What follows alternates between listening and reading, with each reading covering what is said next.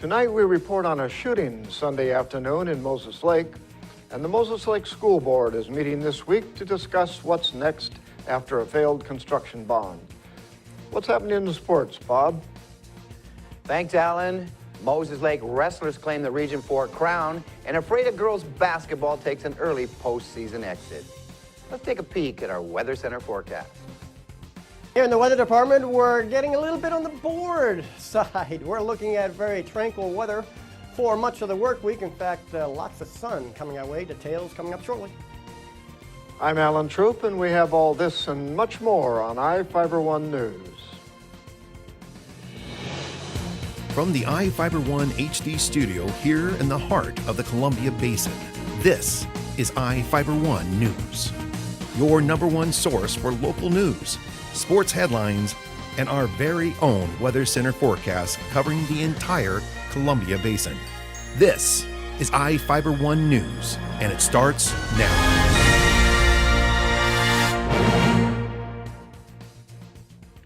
Two people were shot along Stratford Road on Sunday afternoon in Moses Lake.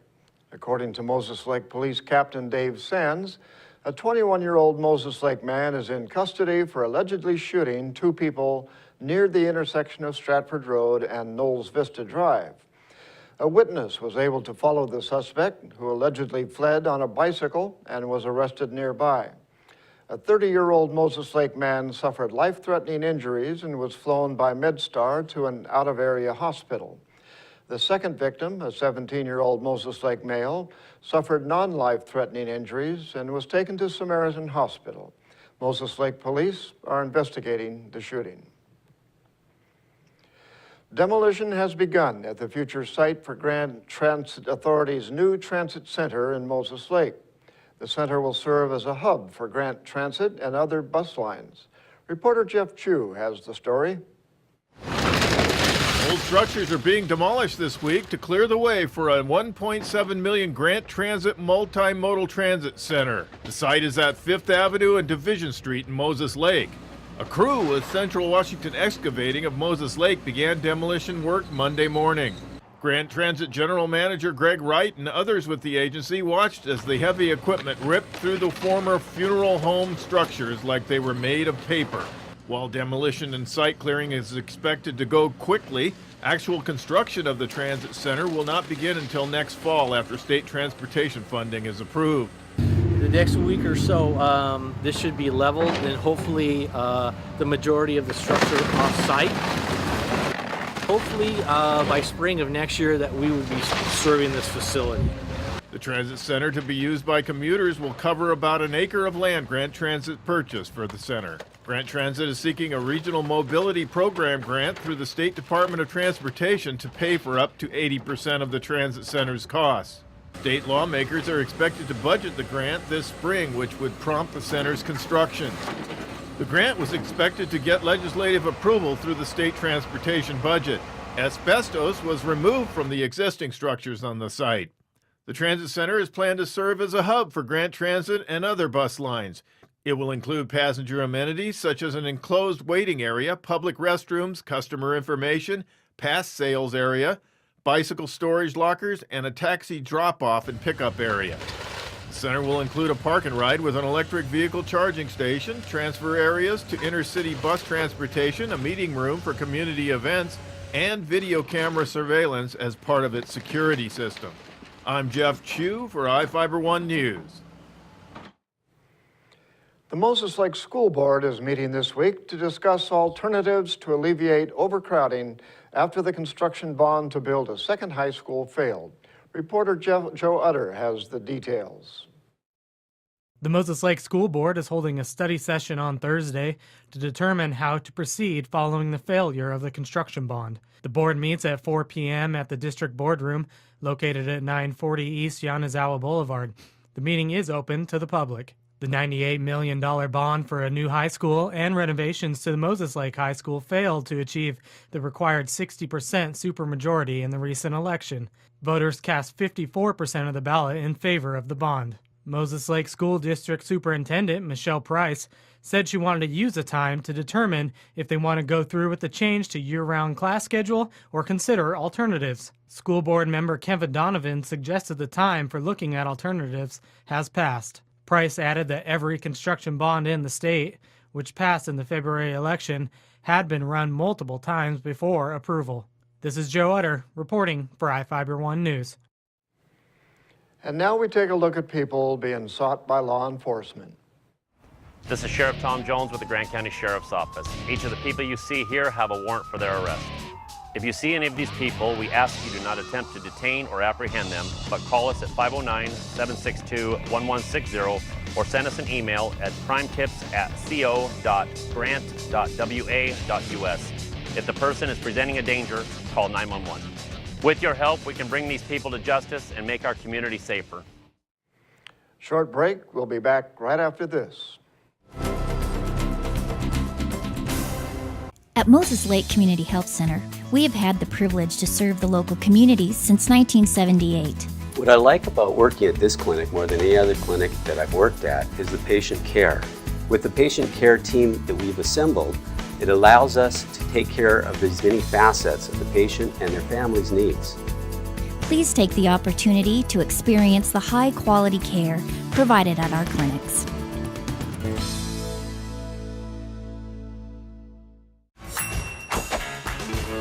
Just when I thought the blizzard couldn't get any better, DQ put the blizzard inside a waffle cone. This is mind-blowing. So when DQ asked me how I would tell the world, I said...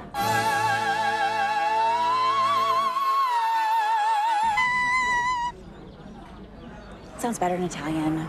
Pretty impressive, Liz. Any blizzard, like confetti cake, now in a fresh-baked waffle cone. This is fan food, not fast food. Hi everybody, meteorologist Don Morelli with you here on iFiber Channel 1 News Weather. Your forecast is brought to you by Bud Cleary Toyota dealers. Toyota, let's go places. And of course we're looking at a very nice tranquil weather pattern that'll continue for most of the week. In fact, above normal temperatures that we've been seeing will continue. It's more like March out there than mid to late February, and I don't think anybody's really complaining.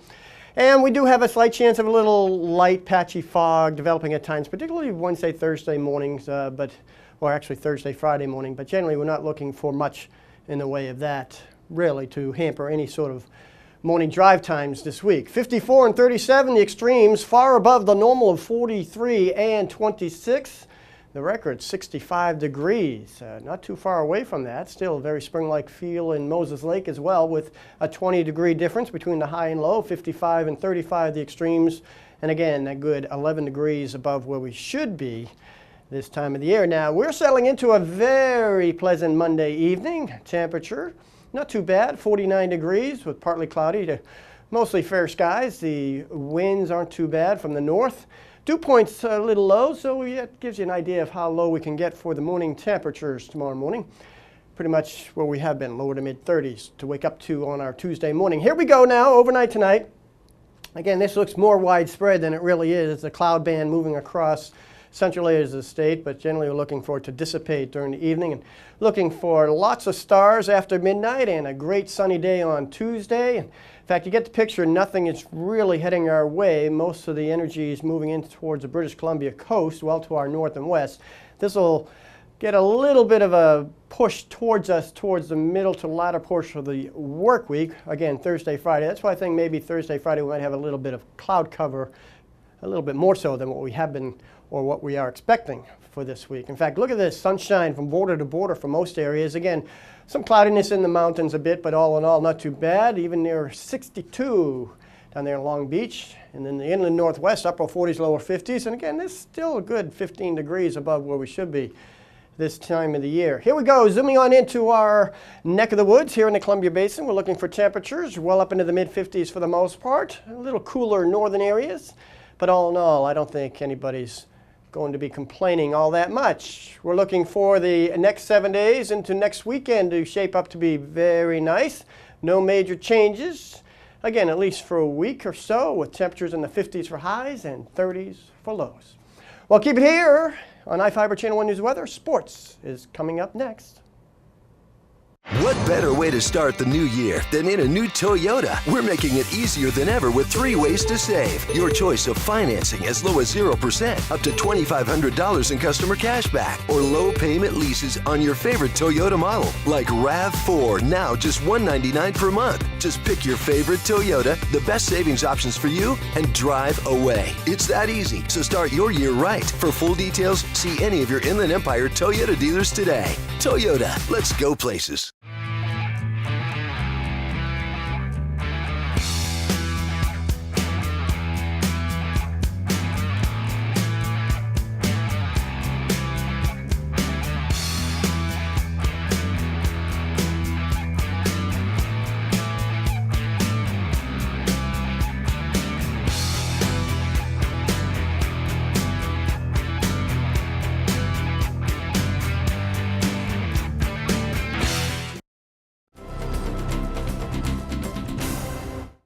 Ephrata dropped a 57-49 first-round district game to Wapato and was eliminated from postseason play Friday.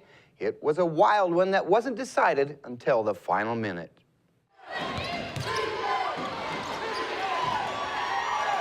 The teams played even ball the first 8 minutes that had the Lady Tigers up 15-14 at the end of the first quarter. Ephrata went ice cold in the second, posting just 3 points on the board to trail 27-19 at the break. Wapato opened second half play with a 24-16 run to stretch its lead to 56-35 with 5 minutes left in the game. It would have been easy for Ephrata to fold its tents and call it a season. But there was no quit in the Lady Tigers. Junior Holly Vanada put the team on her back and got Ephrata within reach 52-49 with 47 ticks on the clock. It was a gallant effort, but the Tigers' comeback bid fell short and Ephrata was bounced out of tournament play. Vanada led the Tigers with a double-double of 21 points and 12 boards. Kendall Sage finished with 13. McKenna Walker scored a game-high 11 points, and Moses Lake beat West Valley 42-35 to take the Big 9 conference title. It's the third year in a row the Chiefs have won or tied for the top spot in the league. Sunnyside beat Wenatchee to snap the Panthers' 10-game streak and knot all three at 10-2 in the standings. The Chiefs own all the tiebreakers, so they finish as the #1 seed and earn a first-round bye to districts. Wenatchee is the #2 seed and will also receive a bye. Moses Lake will host the winner of the West Valley Davis play-in game Thursday evening at 7. The Panthers will host the winner of the Sunnyside Eastmont game. The winners move on to the regional championship game Saturday that will be played at the higher seed. The Moses Lake boys dropped their game to the Rams to finish as the #2 seed. The Chiefs will match up with Wenatchee Friday night at 7 for the right to move on to the regional championship game and a berth to state. Moses Lake wrestlers crowned 3 champs, had 4 runners-up, and repeated as Region 4 team champion. The team finished with 163 points. Central Valley was a distant second with 129. Moses Lake will be among 64 schools heading to the 27th annual Matt Classic State Championships this weekend at the Tacoma Dome. The Chiefs are sending 9 to the big dance. #1 ranked Moses Lake has only lost 1 dual match all season and is looking to claim its first team title in more than 15 years. The Running Vikes picked up 2 road wins to move to 8-2 in the East Region standings. Big Bend beat Treasure Valley 67-58 Friday and Blue Mountain 77-68 on Saturday. Wyatt Johnson combined for a 2-game total of 30 points to pace the Running Vikes. Donovan Wright added 26 and Alonzo Ramos finished with 25. Big Bend looks to make it 4 in a row when the team hosts Columbia Basin College Wednesday. The Running Vikes will take over sole possession of first with a win. The Lady Vikings dropped both games by a total of 7 points to fall to 3-7 in conference play. Aubrey Vale led the Big Bend attack with 28 points against the Timberwolves. She knocked down 21 in the game with the Chuckers. The Lady Vikings look to right their ship and get back in the thick of it when the team takes on CBC. We'll be right back after this. Hello, my name is Cheryl Kono. I am your local Ephrata Farmers Insurance Agent. Here at Cheryl Kono Insurance Agency, our customers always come first. We don't just work here, we live here. Please stop by the office, call, email, or Facebook me for a free auto, home, life, business, or farm and ranch quote today. We are insurance. We are farmers. Come in for a free quote today. We are farmers. Bum, ba-dum, bum, bum, bum, bum. Well, one thing I knew from being a patient myself was that a dental office is a scary place to come to. And so we wanted everything possible to make sure that our office is a comfortable place for our patients to visit.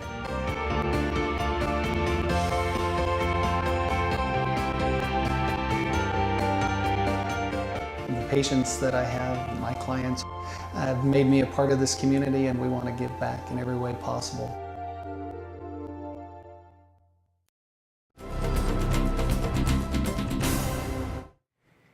Our spotlight story tonight is about the 4th annual Moses Lake Dance and Drill competition on Saturday that featured teams from 12 schools across central Washington.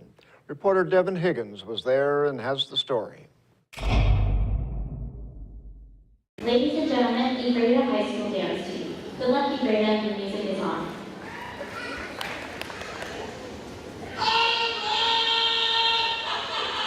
High school dance teams from across Grant County and eastern Washington converged on Moses Lake High School on Valentine's Day, taking part in the 4th annual Moses Lake Dance and Drill competition. Before a packed house in the Chiefs gym, the atmosphere was full of fun and energy as parents and friends hoped their teams would be the ones bringing home a trophy or medal. 12 schools took part in this year's event, including Ephrata High, whose Tigerettes comprised the smallest group to take the floor, Royal City, Wenatchee, Othello, Chiawana, Camacan, Sunnyside, Lewis and Clark, and the host Moses Lake High School Molinettes. Teams were judged in 3 primary performance categories and several routine-based categories. They performed in traditional pom-pom cheer, precision-based military drill, and more freestyle hip-hop. Judges were also looking for best technical skills, choreography, and creativity in each routine.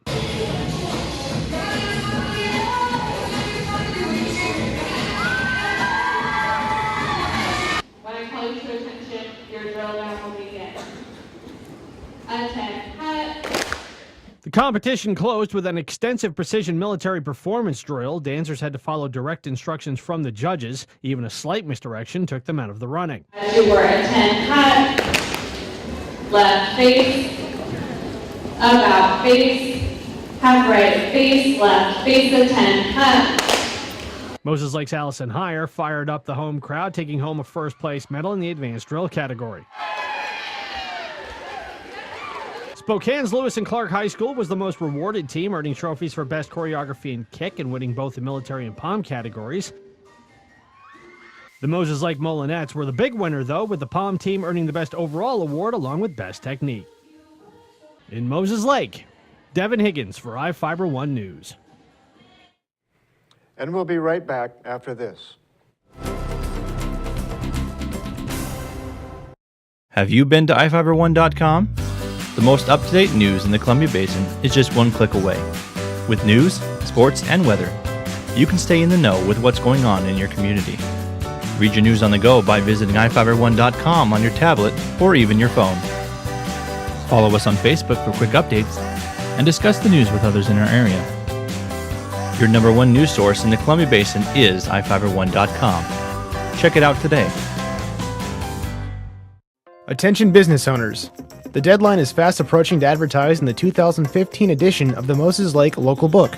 Don't be the only business left out. In print or online, it's the best way to reach your customer when they're ready to buy. Call today to place your ad by calling 877-738-9829 or by visiting us online at www.statewideyp.com. The Moses Lake Local Book Telephone Directory. Simply the best advertising.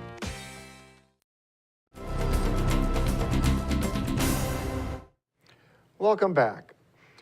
A Mattawa man is serving a year in jail for shooting his brother during an argument about chores.